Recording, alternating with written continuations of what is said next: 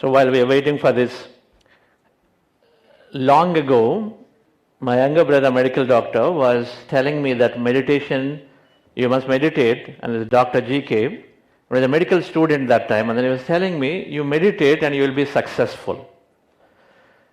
And I was in the United States that time, and I used to work, and then meditation and success, that was the last thing that I ever knew about. And then I was constantly discouraging him that why is he wasting his time? Because that is all that was new for me. That meditation is only for the old people, meditation is only after retirement, or only for those who have some serious challenges in life. But contrary to this myth, dear friends, that we find, and then at that point I pursued to have him not do it, but then somehow the truth always has to win, I guess. So then somehow I came to India on one of the vacations, then I met Patriji. And then Patriji said there is a different way of living life, and then you do not know about it. If you want to explore, explore. There is a body-mind version, there is an energy-mind. If you're a body-minded, then you're looking everything from the physical material sense. When you're energy-minded, then you're looking from an unlimited possibility sense. So he was trying to give us that hint and saying that there is a different way to live life and you want to explore, then that is meditation. And so then, being very scientific in nature, I wanted to pursue this, and then I explored, and then I saw many people are absolutely practicing, and so they're practicing following him. And then I see my own younger brother, medical doctor, is also actively saying, and then I got to know about Dr. Newton, and then several others, or many medical doctors are also all are practicing meditation. I said, something is there. There has to be something that we must explore. So I took my time to explore, but then somewhere in the year 2002, where I was going through a lot of, in the startups. By then I was in IT startups, I was in information technology as a computer science engineer from BITS Pilani. And then so I've been working always in an IT company, so in a startup. And so there was a lot of stress, 18 hours, 17, 18 hours of work every day. And then you always very competitive. So some of these things that were straining the relationship at the workplace. And so when I took to this meditation, just because I was parallelly pursuing and then looking at it, and it's happened that I started practicing for 40 days. In fact, actually for 2 months of meditation, I practiced every day, half an hour to 1 hour, sometimes a little longer, without missing. And that's 2 months, and I was also reading a lot of books. Many books that are suggested that I was reading, great books that are sort of opening up things, opening up. One book said that your thoughts create reality, by a book by Ramtha. It said your thoughts create reality. Then subsequently, the power of subconscious mind is telling that your mind has so much power that it can be unleashed if only you know how to do it. And so at the end of those 6 weeks of that practice, 6 to 8 weeks, I recognized that something fundamental is changing in me. And Harvard study tells us that events are neutral. It is the meaning that we give to the event makes us feel good or not good. So what is happening for me after those 2 months of meditation, when I was going to work, now the work is becoming very interesting. That no longer I was feeling that managers are not cooperative or biased. No longer I was feeling that my colleagues are not sharing information with me. When I changed my thought, with meditation, something happening was that I looked at people differently. I was giving a different meaning. That studies started making sense that every event is neutral. If somebody did not invite for a meeting, then what meaning do we give is what determines how good we feel or not good. If we see that I missed because maybe I'm not good enough, then we had that whole day gone in that. If we see that I've got 2 hours of important time saved by not being called into the meeting, then we are happy about it, and we see this as a lot more positive, dear friends. So meditation helped me to see things in different perspective than being in a very biased, selfish perspective.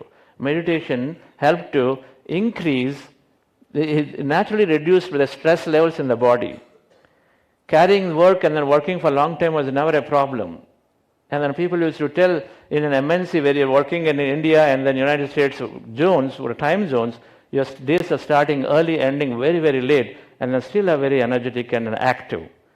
And so then meditation reducing stress, increasing energy, and the way people are appearing to me are changing. And then subsequently, just along the way, little later in 4 months, I had healed of a condition which was bothering me in flight travel, air travel. And air travel was bothering me, this condition rather than ENT, where when the experts have told me there is no solution for it. But to my great surprise, something that I was actually going through for 4 or 5 years it disappeared in those 4 months of meditation. 99% is disappeared. So I was able to freely travel. That means as an executive, then you want to freely be able to again go back into your career options. Especially if you are in the sales, if you are in the marketing, if you are traveling to the clients, then you need to do, and this was preventing for me, and so then I was able to do it pretty easily. That healing happened. And then stress relieved, the way I would say that I had this significant chronic backache. Many of us have these stresses, either financial or relationship or just overwhelmed, and then it shows up in the back. Karthikeyan just talked about all illnesses, or most illnesses are psychosomatic. That means as our thought processes, our feelings are, how we express it is resulting into the body. A big revelation that with meditation, because we change our mindset, we change our thought process, we change the way we express to people and things, and then automatically our body getting freed up and easier. So with all these great benefits, dear friends, so then I decided that no, I must do something about this, and then that's how I moved into I started helping Patriji, invited to be a part of a project called Pyramid Valley International. So I decided to be part of that project. And then we built, while running my company parallelly, we built an amazing meditation center in Bangalore with a group of us together with under Patriji's guidance. That sort of helped me to experiment with meditation, continuously stay in touch with it. And then while my company continued to grow, as meditation is always giving us spontaneous decisions, giving us ideas, solutions, developing intuition. One of the things that happens for a meditative leader is to be able to identify strengths and weaknesses of team members so that you can align them. A lot of times we try to give good work to only good people and then we tend to ignore it. But then that's not the case in our case. And we were able to identify because you naturally find that strength in every team member. Many unspoken things are there with meditations making me successful to the point that we're able to apply a lot of science of meditation, which increases significant thought power towards and increase significant manifestation abilities to have a company acquired by an MNC.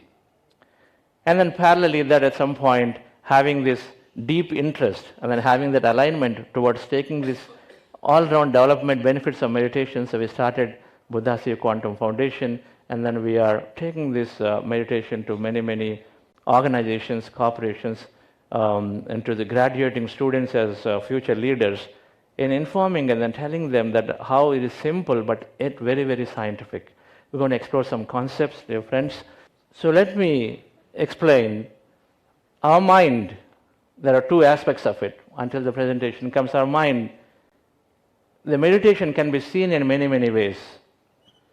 We're talking about science of meditation. It has many, many connotations, and the benefits are far wider. But we're going to take an angle of what meditation is doing to the mind. Meditation is a great process to train the mind. Today, the mind is the master of our life. Mind is the master of our body. With meditation, we train ourselves. We become the master of the mind, and so that we have the master of the life. Quantum physics is now corroborating with enough of evidence that everything out there is emptiness and energy. 100-year-old research, 100-year-old studies of quantum physics is always telling us that everything that is there, 99.99% out there in the universe is emptiness. And the matter is only 0.0000001%. So everything is emptiness and matter is only very, very tiny.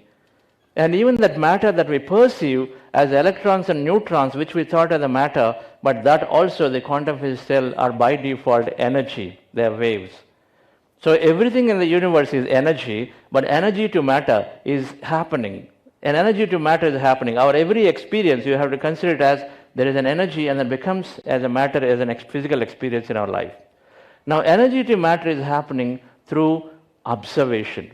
They've done experimentation They called it double slit experiment, and then they're done over and over again, and then every time you do this, then through observation, that energy or the electrons become matter.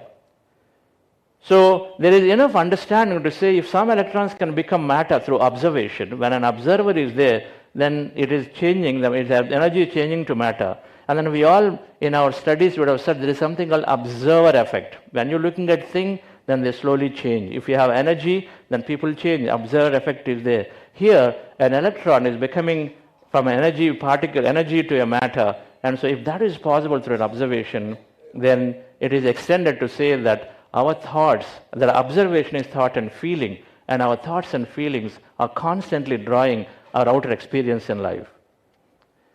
Henry Ford said, if you can do it, you are right. If you can't do it, you still are right. If you think that you can do it, you are right. If you think that you can't do it, you are right too. Mahatma Gandhi said, man is always a product of his thought. He believed in so much of that power of thought that we are constantly creating our life through our thought, our dreams, our feelings, our expression. And so, if thoughts create reality is a fundamental aspect, now you look at the mind, and if you look at the mind, then what's happening? There are two aspects to this mind, dear friends. There is an outer mind, and there is this tiny little inner mind. The outer mind is called conscious mind, is full of thought. Research shows that on average, a person is having 12,000 to 50, 60, 70,000 thoughts a day. And in that, the research shows that 80% are negative or another 15% redundant. So practically, we have thought up to 50, 60,000. In that, 80 to 95% thought are negative and redundant. There is a restless mind. There is so much of restlessness is there. Constant worries. If I'm going to present in the next meeting, will I do well? I've got a big deadline 3 weeks later. What's going to happen? My team is not performing. Okay, somebody is not well in the family. My children are not responding. So many thoughts are there. Restless mind constantly in the past or future. 95% up to 95% are negative and then restless. Right. And so mind, understanding the mind, restless mind, negative thoughts that are there. And then second thing is the limiting mind. Limiting mind where it's all beliefs and perceptions. So there are two aspects to the mind. One is we're all completely, many times restless. That's 70,000 thoughts, many of them are negative, worrisome, all of that. Second is the limiting mind. We all know the elephant story. Elephant story, we understand elephant story. An elephant, as a baby elephant is tied to a small rope and a small peg. And then as the elephant is growing, they are not, the mahout is never changing the rope and peg size. They continue to keep the same, and it grows fully and then still thinks that it is tied. The elephant is always, as you know, where is it tied? Is it tied to the physically, really, or is it tied in the mind? It can easily pull itself, but it is tied in the mind. These limitations of the mind, I can't do it. It's not possible. I am unlucky. This is how the world works. This is how my body is. So many things are there because of the limitations. And all these limitations, dear friends, are there in this a part of the brain called subconscious mind. So the two fundamental aspects, I can't change the slide. Okay. So the brain to mind mapping, I would like to say here a couple of things.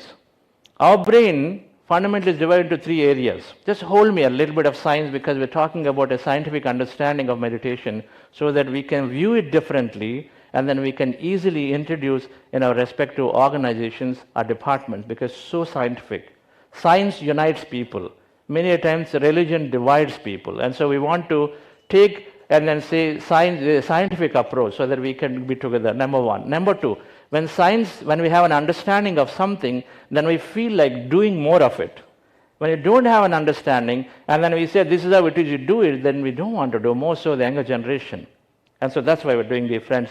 So the three brains, and if you look at the brain mapping, is the brain, the outer brain is called neocortex, which is the thinking brain. The midbrain is the emotional brain. And so the three brains, the outer one, where I was talking about the conscious mind, 12,000 to 50,000 thoughts, 80 to 90% negative and repetitive. The second brain, which is the middle one, the yellow color, the small brain, it's a small size brain, is called the limbic brain. His subconscious mind has got 90% of our daily life is driven through the subconscious mind programs. Every day, when we wake up, what do we think of ourselves, our financials, our people, our day-to-day, our office environment? What do we think? What programs do we have? Oh, it's a difficult life. Oh, this month is going to be really bad. Okay, our growth just cannot be met. These are all various programs that we have with which we wake up, and so our life is revolved around all those programs. That means we take actions based on what that is. The moment we say it's going to be very challenging this month, when there is a new request coming from our bosses in the organization, we say impossible. We have a defense posture and say, it's not possible, boss, it's impossible. Right now, already very difficult. And so the belief system, limiting mind means the belief system, like the elephant tied itself in the mind, a lot of belief system is there. And then it's staggering to know that 90% of our life is driven through these events. That's research. And so, dear friends, I've talked about how the quantum physics is talking about creating our reality. So let me skip this part of it, right?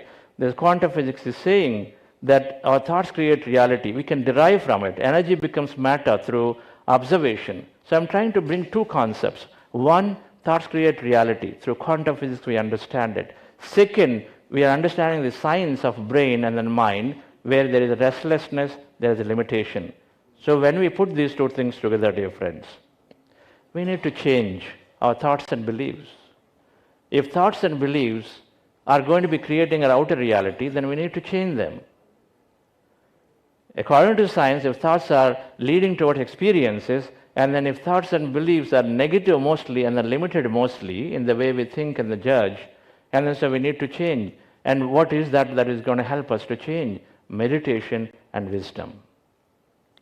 Meditation is changing the mind and changes the experience of life. While this is one of the core reasons of why meditation, naturally when people come in to meditate, they are ultimately helping in their health, but it's not just health. Your mind is about everything, and so meditation changes every aspect of our life. And so, looking at it a little more deeply, so there's so much of scientific evidence on this aspect. Meditation is stilling the conscious mind and then reprogramming the subconscious mind. Now, scientific research is there, and many institutes have done this research. We are quoting a research by Sarah Laser, 2005, considered a landmark study in meditation research. A few things happen scientifically. Number one, our brain is two parts, and there is a synchronization of the whole brain happening through meditation. The whole brain synchronizes. When the whole brain synchronizes, it's like two hands coming together and operating together. As if you have one hand, how much you can lift. You have two hands, you can lift a lot more. So whole brain synchronization. There's load balancing. Many things happen. Number one. Number two, meditation, when people who are regularly meditating, in the research shown, that neuroscience research, that the amygdala, which is called the fear area of the emotional center, shrinks. Amygdala is the emotional center, in that there is a fear area within the amygdala that is shrinking. And then they also seen that the long-term memory area, that's also increasing for meditators. Then the third thing they have noticed with meditation causing structural change in the brain is about overall the whole brain that is there is becoming thicker and thicker. It's called the neocortex, the big outer brain, which is responsible for learning, our reasoning, our cognitive powers, our decision making, all of that. Now it is becoming thicker for long-term meditators. They measure it to monks, they measure it to everybody who is practicing simple meditation. There may be different kinds of meditation, but it is making the whole neocortex. That means more neurons are there in the brain, more brain cells are there. That's what it means. And the fourth thing, dear friends, of the many things, and we identified 4 aspects, is meditation moves the brain into a very beneficial wave state. From a very stressful state, as it reduces thoughts, then it moves brain into a very insightful state, a solution-oriented state, a deep healing state, a peak performance state. International athletes, when they're performing, they consistently, when they measured what is it that making them different, and they looked at the performance, they always find that they go in this something called a gamma state at the bottom of that graphs, which is a peak performance state. It's a flow state. We all understand in the corporate world what is a flow. I go into flow. That means you lose time and space and you produce your best. And so, dear friends, because of these various structural changes, we have several benefits of meditation. One, of course, lower stress. We understand this. Pretty easy. And everybody recommends meditation for stress relief. In our programs that we consistently see that 93% of the people are experiencing and they're saying their stress is dropped. In our program, 93% are saying usually about 3 to 6 weeks of program later. The second thing, meditation is increasing energy in the body significantly. There are 3 circles: the energy through the food, energy through our thought optimization, energy through our meditation that is drawing natural energy. And this big circle is about that. It increases energy significantly. That's the reason for why many meditative leaders are able to stay fresh morning to night. Evening 5 o'clock, if we drag ourselves into the meeting saying that it's too tiring, then there's no leadership there. And so meditation is very, very easy aspect that is building that energy so that you're fresh and active throughout the day. The third thing, dear friends, that meditation is doing is mental wellness. If there is one thing that is significant benefit that meditation is adding is a mental wellness, a strong mind. For various reasons of various chemicals that are being released, which are necessary for one to be happy, one to be feeling rewarded, one to be peaceful, one to be making friendship with others. And all of those chemicals are very, very naturally given by meditation, which otherwise are required that we have to do an external action. If we perform an action and then somebody rewards us, saying that, hey, appreciate us, then we feel good. It's called a good hormone. Meditation produces automatically. And so we hear, and then many people who meditate are saying, I feel good for no reason. I'm just happy. Happiness is a basis for innovation. Happiness is a basis for wanting to grow things, experience life more. And so that fundamental happiness, meditation builds from inside without necessarily looking for external achievement. And so then it motivates and inspires, dear friends. And so mental wellness, being sound, having a sound mind, and so that we can have better decisions, better everything is there with meditation. Emotional regulation, this is how you deal with people.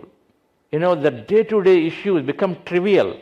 We are driving the traffic, suddenly somebody is honking, cutting across, that becomes trivial now. We no longer get bothered about it and talk about it for the next 2 hours. In a meeting, somebody made a comment, then we go about thinking about it whole day. We don't do that anymore. We say, okay, fine, somebody had their thing. Why should I waste my next moment? So it brings that awareness, so the emotional regulation is significantly there. And then we see that 86% of the people who practice meditation are increasing their emotional regulation. That means we have a detailed research, but we see almost 98% or so, they're telling their anger is under control. Their anger is under control because emotions means we equate to anger a lot of times. And yes, so rightfully, we want our anger to be in check, and significant improvement in there. And then, dear friend, the other one, which is very important for us in talking about how meditation fundamentally shifts us towards growth, is this concept of plasticity and rigidity. Our brain is very rigid by default when it is stressful. When stress is removed and the good chemicals are there, and the brain goes into something called plastic, so it can rewire, it can learn new things, it can decide things faster, it can cognitively perform and analyze. So many things are required for a leader to be able to grow, take spontaneous decisions. Many things can happen pretty quickly when this capability called neuroplasticity is there. Meditation is fundamentally increasing it for everybody, because it sort of rebuilds the neural networks in the brain by putting enough neural glue. It's called those chemicals out there. 90% of the people are saying they're improving their ability to grow, ability to learn new things, ability to participate in discussions. A lot of times after 40, 45, 50, we say, no, I can't learn a new skill. It is impossible for me. Let me just stay where I am. And as we stop learning newer skill, it's a big challenge for organizations to reskill workforce. And then meditation is a fundamental great way that we can help anybody reskill. Factories, thousands of people, we know how much resistance they put when you have to put a new technology, a new process. There's nothing to blame. This ring is fundamentally, brain is there, is not able to support it. We can blame them and say you're not doing, versus we give them a tool and then tell them, and so automatically they're ready to learn new and they're ready to embrace the change.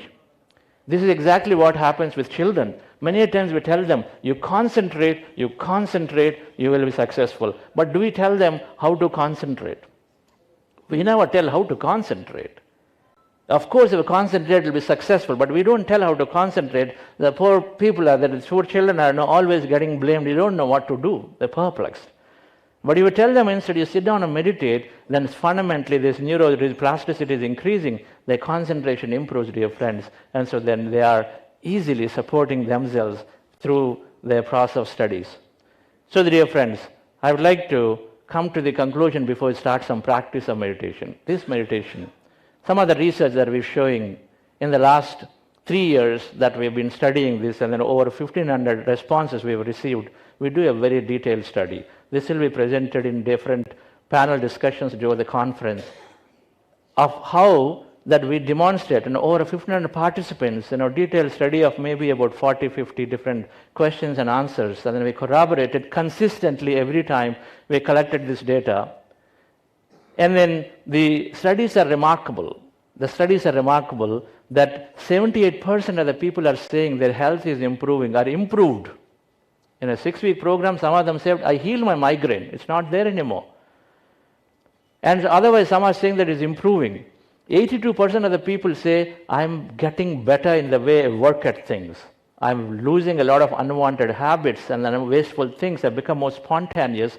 I have clarity of decision making. And so I become a lot more productive. 82% are saying this in our research. And there are many other parameters that I've looked at it. You have a conference handbook, and then the last 5 pages of the handbook are about this research that we documented there in all parameters. Holistically, that we are talking about, 90% people say my relationships are improving with meditation, regular practice of meditation. And then 89%, it is an important leadership skill, is problem solving, dealing with unknown, dealing with unexpected. Known, planned is easy, but unknown, unexpected, being spontaneous and be able to do things is 89% are talking about. They are saying that they're getting better in the way they deal with problems. Either the intuition is get better, the spontaneity is more, and all of that, dear friends. So, what is this meditation then? With so many benefits out there, brain is structurally changing. And then what is this meditation that is helping us to still the mind, that can help us to reprogram that limitations that are there in the brain? It's a process to go within. We all have a huge intelligent self, and so we just need to go and then look within. Within to see what? Within to see first surface level, what is my emotion like? Then go in and say, why is this emotion coming? Why is this thoughts coming? Look at the memories of it. Where are the restless things coming from? Look at the little bit deeper, the chitta aspect of it. And then look further in it and say, what causes it? And then you are looking at your belief system. And so meditation gives us to penetrate deeply into each of us. It's called process to go within. Not talking too much about the whole energy field, quantum field, that's a different dimension altogether. To experience this unlimited quantum field, to tap into it and then receive solutions is a different dimension. But meditation means ending the restless thoughts of the mind, emptying the mind. It's a process to go within, to look into ourselves, build awareness of who I am. And so that itself, dear friends, is helping us to bring these all-round benefits. And then so what is involved in this process? Very, very simple. While we understand some of it, the process is very simple, is to observing our natural breath. We observe, we sit comfortably and then observing natural breath. What happens when you observe the breath with your eyes closed? Our mind becomes empty. Step one. As the mind becomes empty, then we start dropping everything that we have known. So we start experiencing emptiness all around. And then we want to be in that state of emptiness. Quantum physics said everything is empty, and empty is energy. And so the moment we are experiencing emptiness, they're going to experience some energy. And so automatically many things happen in the meditation process. So, but that's simple. So at this time, I would like us to go into a meditation which, having understood that what happens to the mind, and then the various scientific understanding of what it is doing to the brain, and then how it is leading to various benefits of stress relief, emotional intelligence, growth, sound mental well-being. And so we'll practice this meditation, dear friends. You might be having your own practices, but we ask that we practice this process, which is so simple. You don't have to give up any other process that you have. But this process, we know that if practiced, and if this process leads to emptying the mind, then we know that all the results that I talked about, the research I talked about, is there. If it is some other process, I don't know what the results and research is about. But this process of emptying the mind will definitely help. Or any process that empties the mind will have the same result, the benefit that we talked about. So how to do it, dear friends, as we are sitting there comfortably, sit down. There are three things to the posture. A simple posture and then a simple process. The posture is very simple. We are sitting with our feet crossed at ankle, as you see in the picture, feet crossed at ankle, the person sitting in the sofa or chair. And then our fingers into fingers, hands comfortably rested in our lap. We rest our hands in our lap. And then we close our eyes. Those of you wearing spectacles, remove the spectacles, not required. So we close our eyes. So that's the posture. We close our eyes, we lock the fingers, and then we lock the legs at the ankles. When you do that, we sort of let the body so relax, and then body also is gently locked.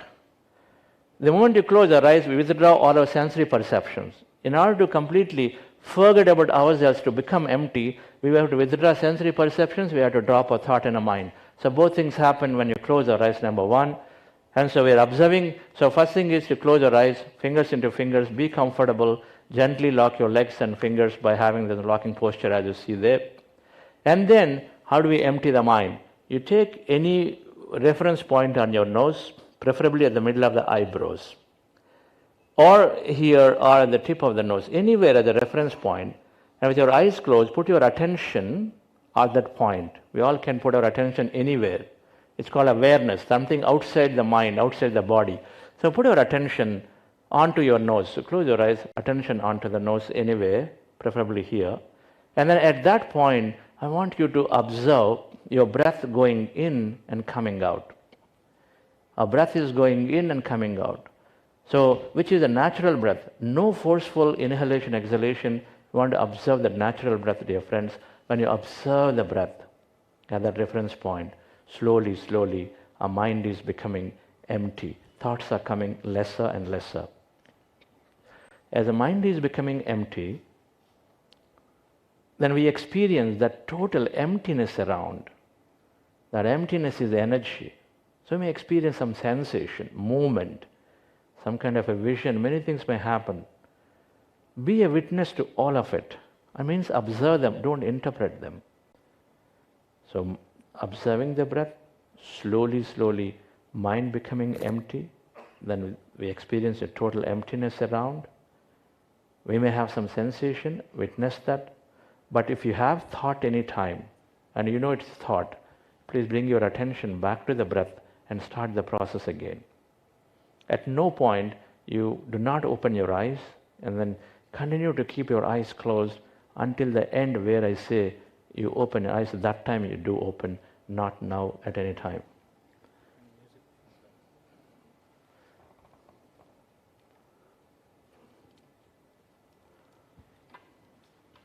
I'm going to play light music. I will also do brief guidance, dear friends, which help us to go into deeper meditative states.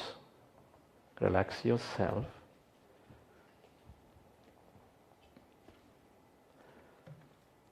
Observe your normal, natural in-breath and the out-breath.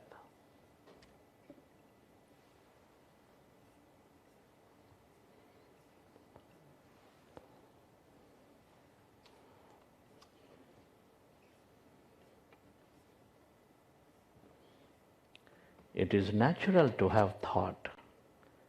When you recognize your thinking, go back to observing your breath, dear friends.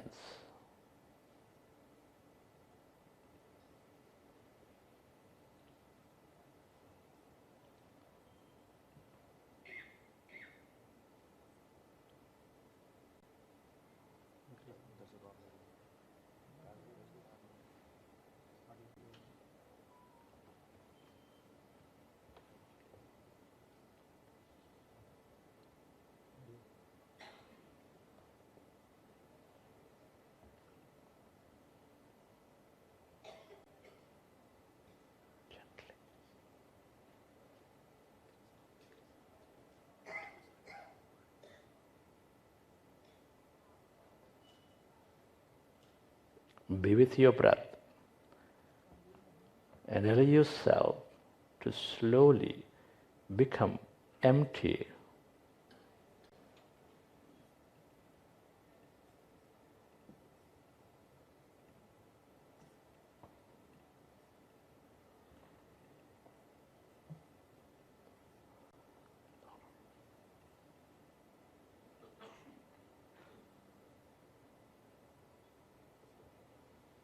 When you observe your breath, your mind slowly becomes empty.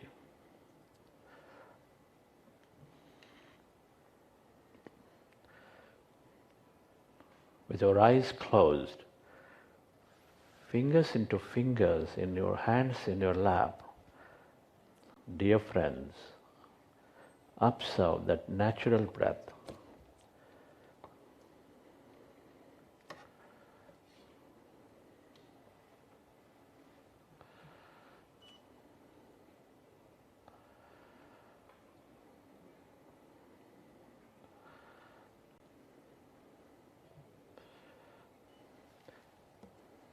Allow yourself to merge into your breath and allow yourself to experience that emptiness inside of you, all around you.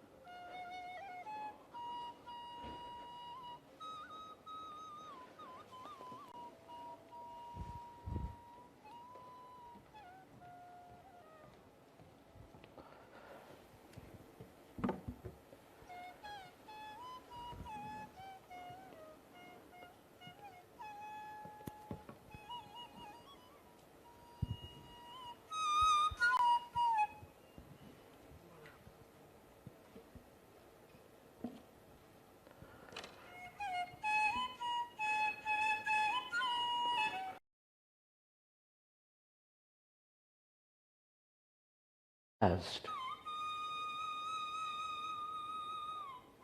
we develop greater power of thought. Be with your breath.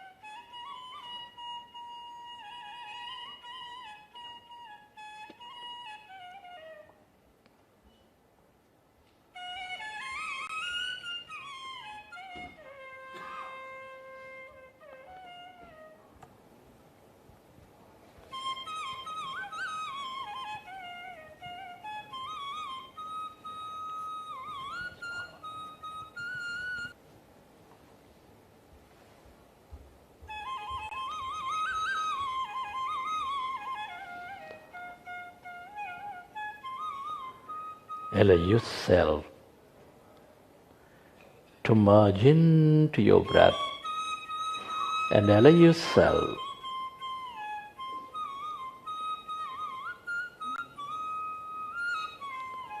to experience that emptiness, that blackness.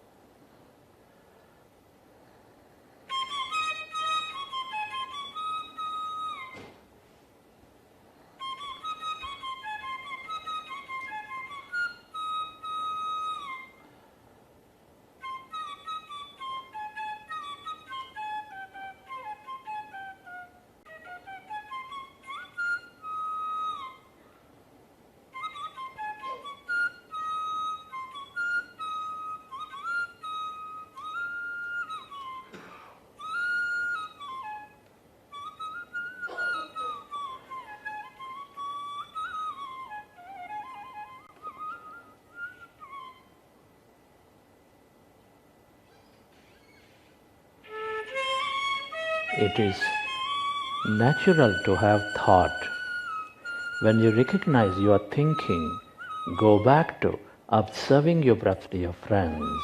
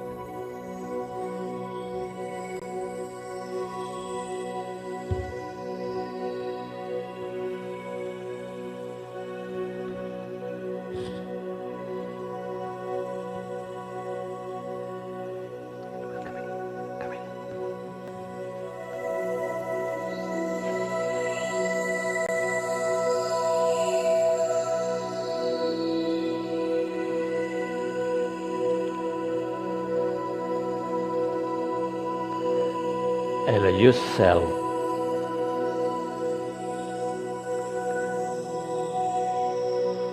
to merge into your breath and allow yourself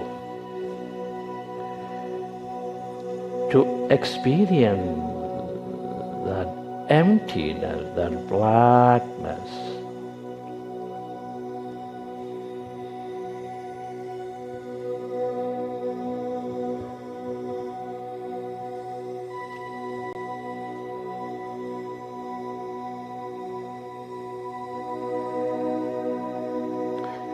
With your eyes closed, observe your natural in-breath and the out-breath, dear friends.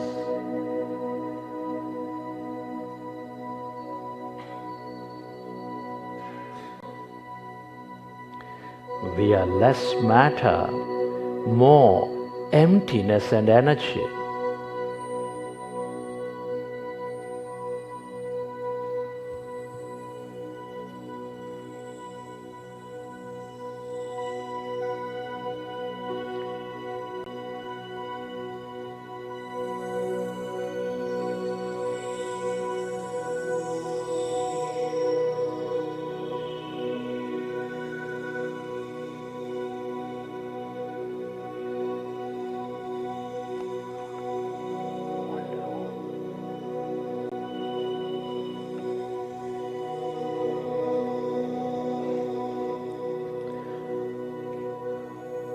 Become aware of that emptiness inside of you, all around you.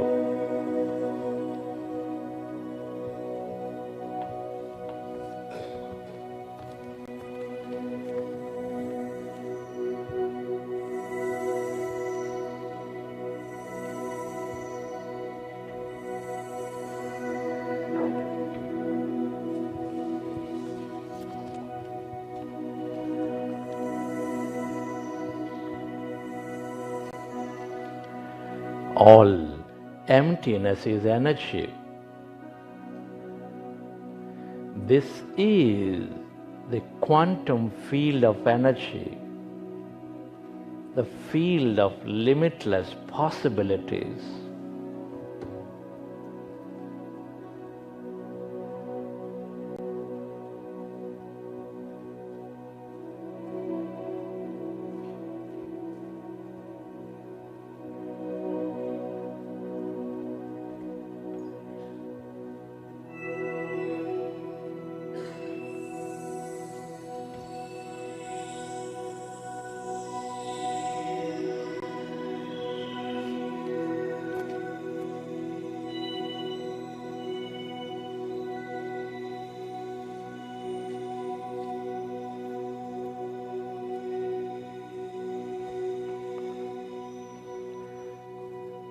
The longer you stay aware of this emptiness, that blackness,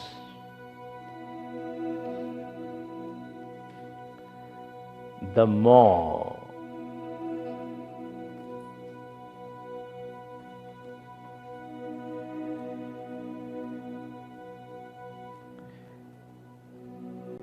insightful you become, the more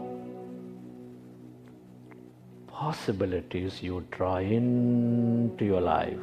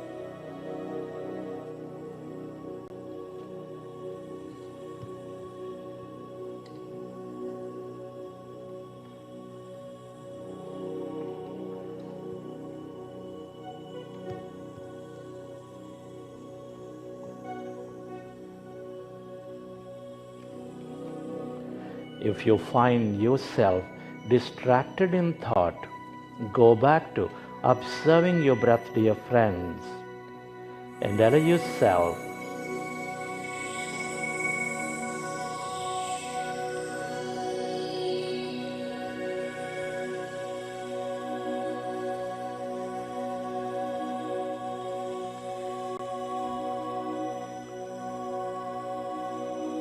to slowly find that emptiness all around.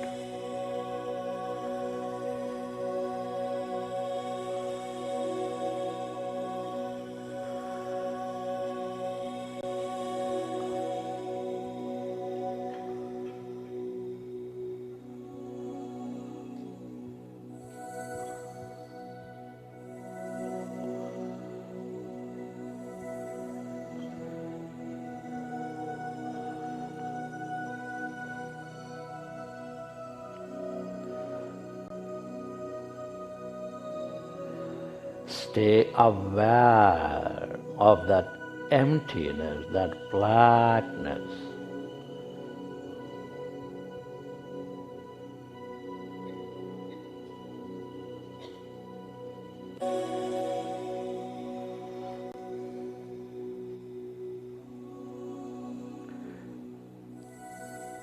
final 1 minute. Merge into your breath.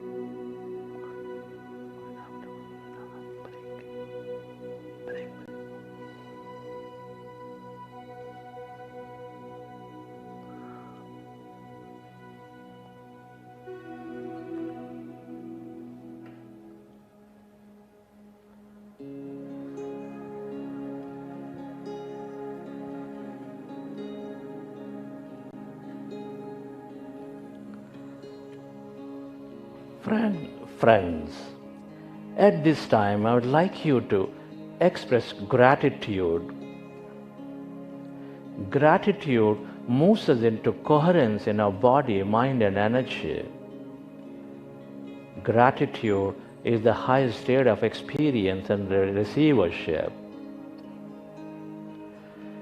Can you express gratitude to your parents for giving us this beautiful connection to this universe? Be grateful to your teachers and mentors for expanding your knowledge and wisdom.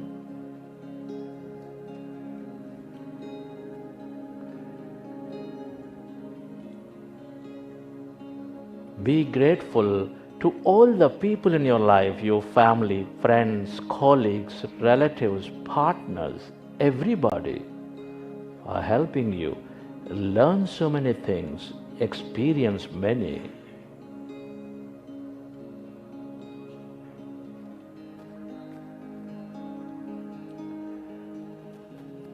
Your gratitude to this grand nature, the bird, the fish and the animals, for filling our lives with beauty, energy, mystery and more.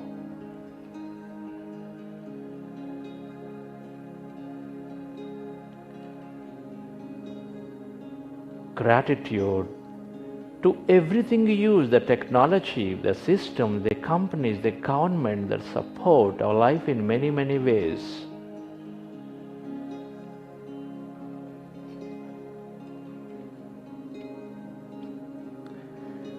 Gratitude to yourself for caring for you, for caring for others, and gratitude to this intelligent universe for helping us experience this beautiful life. Gratitude moves us into a coherent state of being.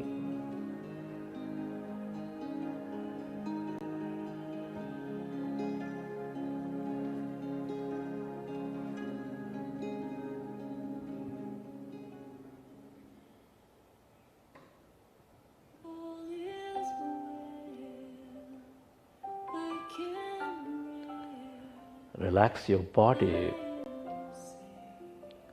and feel your body as your autonomous nervous system repairs your body.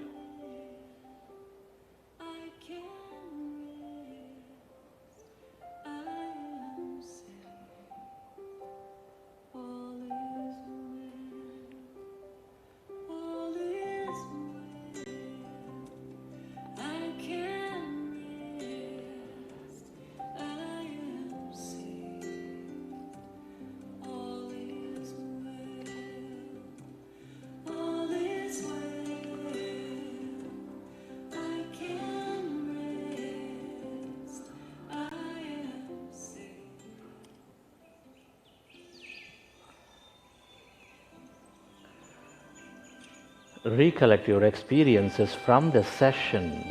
How did you feel? What did you see?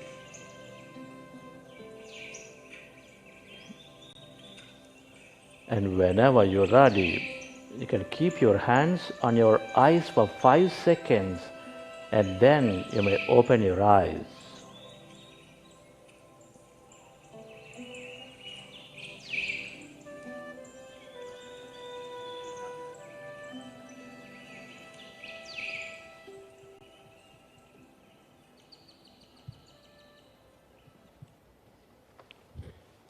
Okay, how is the meditation, dear friends? Right. Anybody would like to share how you felt? Anyone? No? Please, Rathanawel. There? Madam wants to share.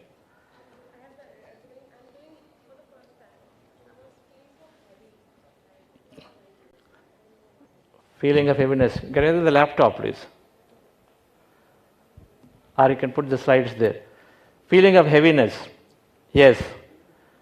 So since we are learning, many are there first time too, so it's important we understand a little bit before we conclude this session, friends. So how many people felt lightness in your body? Lightness. And heaviness. Where heaviness of your shoulders, legs, any of the head, all of that is possible. And then how about movement in the body? Body moves to the left, to the right, and it is jerking off like this constantly, which we thought is sleep. Most of the time it's not sleep. And then what about anybody having a whirling sensation or floating sensation? Your hands, floating sensation. Rajiv and many of you.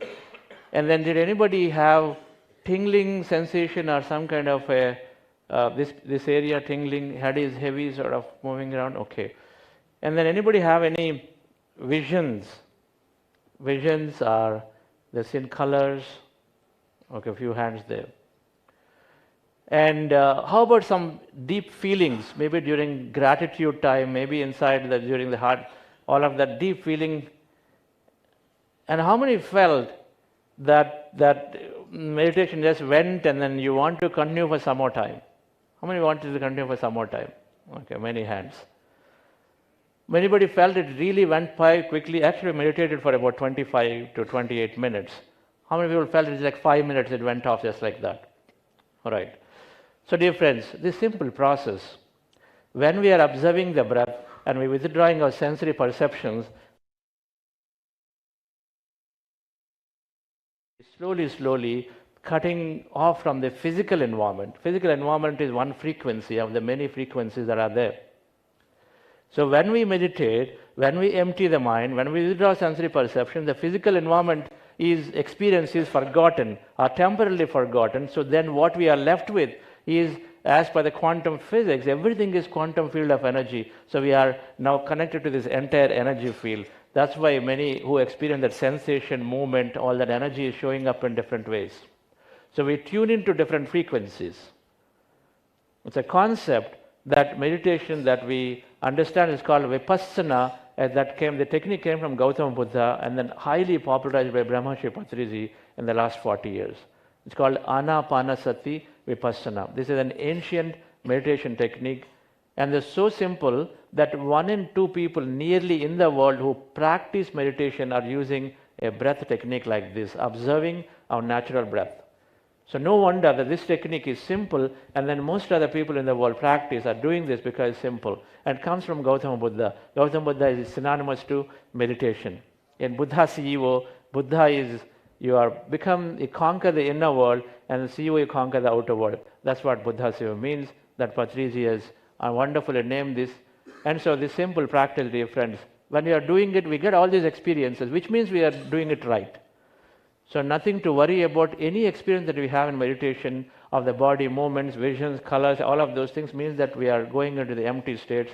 We continue this practice. How long we do it is simple. Is our goal in this conference to do these meditations over and over so that you learn and then practice it. How long we do? We do it for initially youngsters about 20 minutes. Adults 30 to 40 minutes, slowly increase it. You start with 20, you can increase it slowly. There is a guidance 1 minute per age. That's another guidance that you can use, 1 minute per age. But generally 15-20 minutes for youngsters and then 30 to 40 minutes for adults. If you do a practice every day, you've got a great transformation, that all-round benefits that I've seen, everything must come into our life. And pyramids are a wonderful source of deepening our meditation practice. Pyramids deepen our meditation practice. So you will find some literature about pyramids. People talk about pyramids because pyramids are storehouse of energy. So when you meditate in a pyramid, then meditation is an order of magnitude powerful depending on how you are seeing it. But pyramids, fundamentally, there is a lot of scientific evidence and research is there. And these pyramids are there. We have a track tomorrow evening on pyramid research of what various scientists have said about pyramids, and then how they have these great benefits of healing, preservation, and altered states of meditation experiences. So people are doing meditation in pyramids. Patriji discovered this beautiful technology and then have been encouraging many, many people to build pyramids. That picture you see there is a mega pyramid in Bangalore. 4,000 people can meditate in that pyramid. This is a beautiful meditation center. That is there for people to go there and learn free meditation practice and then be there and then sort of evolve more. And so pyramid meditation is something that we actively promote. Every office can have pyramids. When I was running my company, so we had pyramid rooms. One meditation we converted into a pyramid room with a meditation. One conference room converted to a meditation room. Installed many, many small pyramids. As you see that person sitting there under the pyramid. They produce a natural energy, and so the meditation is deeper. It's a free energy. It also acts as a secular structure for people to come together. In the Pyramid Valley International, all faiths, all of them come there.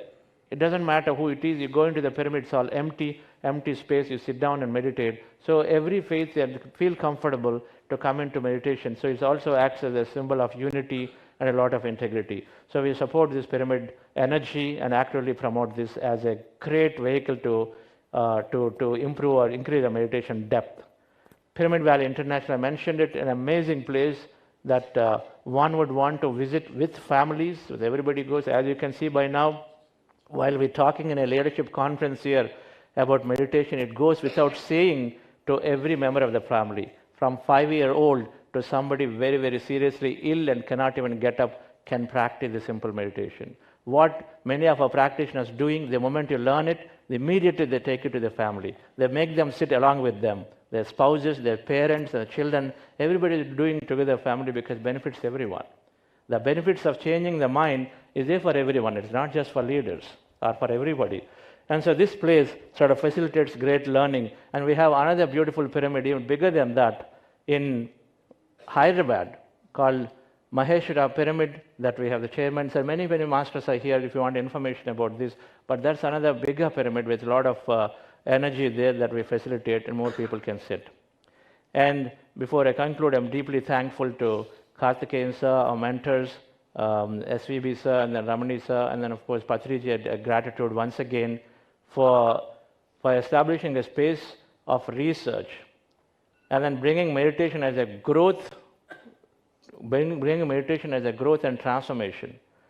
United Nations, when it rolled out SDFs and the Sustainable Development Goals, SDGs, and then they need to be supported by all countries and the leadership in spirit.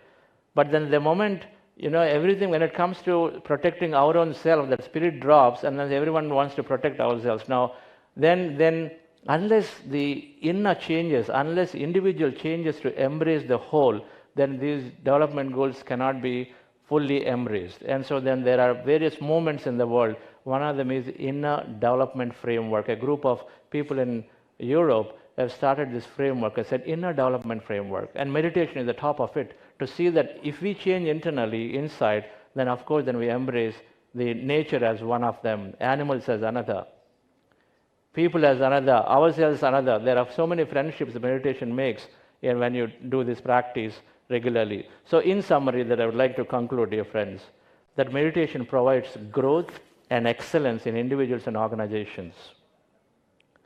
While well-being is there, holistic wellness is there, and then increased engagement and profitability for companies, because a Gallup study shows that only 21% of the employee engagement is at 21%. Meditation significantly changes that, and then because they align to the business, they align to the work, they start engaging a lot more. So that itself is sufficient for profitability.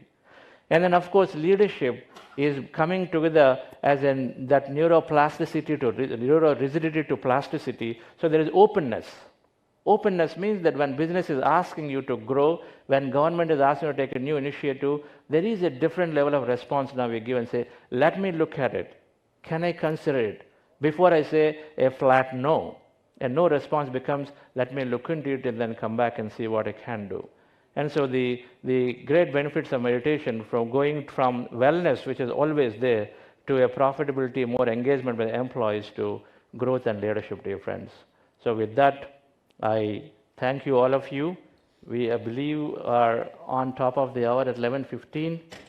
We have a couple of minutes for anybody has a questions. We'll take a couple of questions before we break.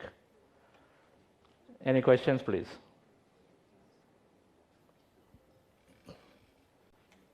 Hi, good morning, sir. So you talked about the pyramid meditation.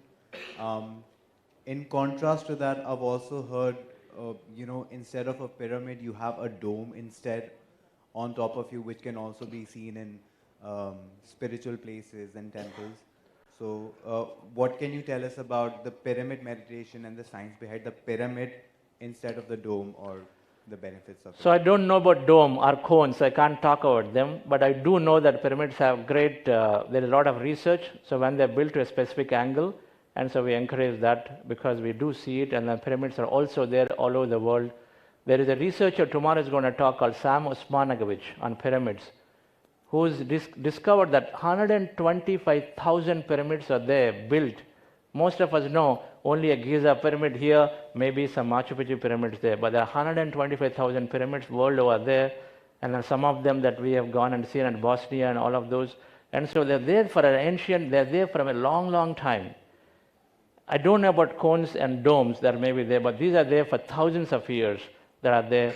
And so then we do know there's plenty of research on pyramids, and so we can talk about it. Other things, I don't know. You can enlighten us if there is some research. Maybe, yep. Yes, sir. Thank you. Thank you. Hello, sir. Yes. Sir, thank you for this wonderful session. I have read in books basically that this meditation is a good practice to continue, but while doing this, you have to take care of food also, because generally when you are doing meditation, that creates heat in your body basically. And then you have to take care of food like ghee and all, because as per Ayurveda they say, because for the people who are having pitta prakriti or having heat in body, so if they do meditation, so chances are quite there, their heat increases and then they face issues. So kindly guide us on the diet also. There is no such thing as meditation increasing the body heat. There are many misconceptions may be there, that meditation is fundamentally, if you look at it, we are sitting down in the most relaxed posture and observing our breath. There cannot be any more relaxing than that, because you're most relaxed posture. We're saying sit in the way you're comfortable. Even if you cannot cross the legs, don't even do it, don't bother. But be in the most natural posture. So something that's very relaxing, first of all, it will not have any side effect onto it, but it has great effects, benefits. It brings the body into homeostasis. Homeostasis means that sympathetic, parasympathetic working greatly uniformly, very instantly. And so then extra heat, less heat, all that are not possible. So this meditation, again, techniques differ, but the meditation we're talking about, the breath-mindfulness meditation, which is simple observing the breath, has zero side effects. Zero means zero. Right? Thank you.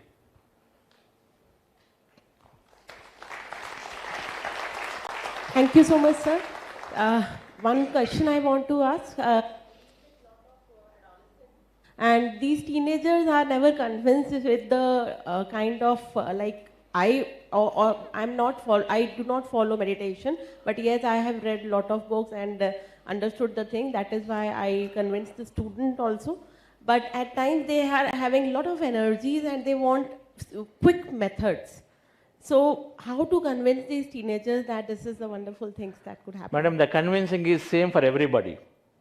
A company is doing what? Suppose a new product comes. There are three types of people. There are visionaries, there are pragmatists, right? And then there are those who just never take it.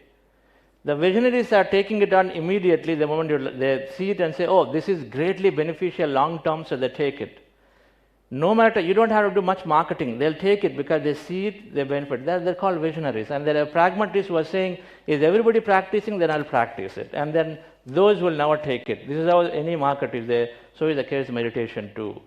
So many youngsters are there. While you said it, but many youngsters we do know are taking a lot of it, number one. And so when they take it from there, naturally others will also see and then take it. But however, the duality doesn't work. If we want the children to do, we need to do. We know it.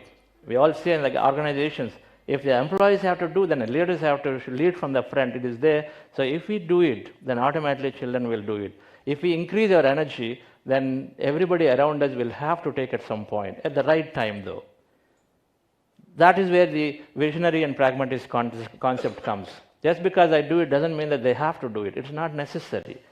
They're just fundamentally they're there for experiencing something else differently, and so they may have to allow them to continue to take it. But we do know that, for example, this GCML conference, many people must have seen the flyer, but many of them did not take a decision. Only a few took. But if they see it 3 times and 5 times and 6 times from different media, I bet they're going to look at it and say, maybe I should go next time. This is exactly how our children also are going to take it, madam. So it's for everybody, not just children. Thank you.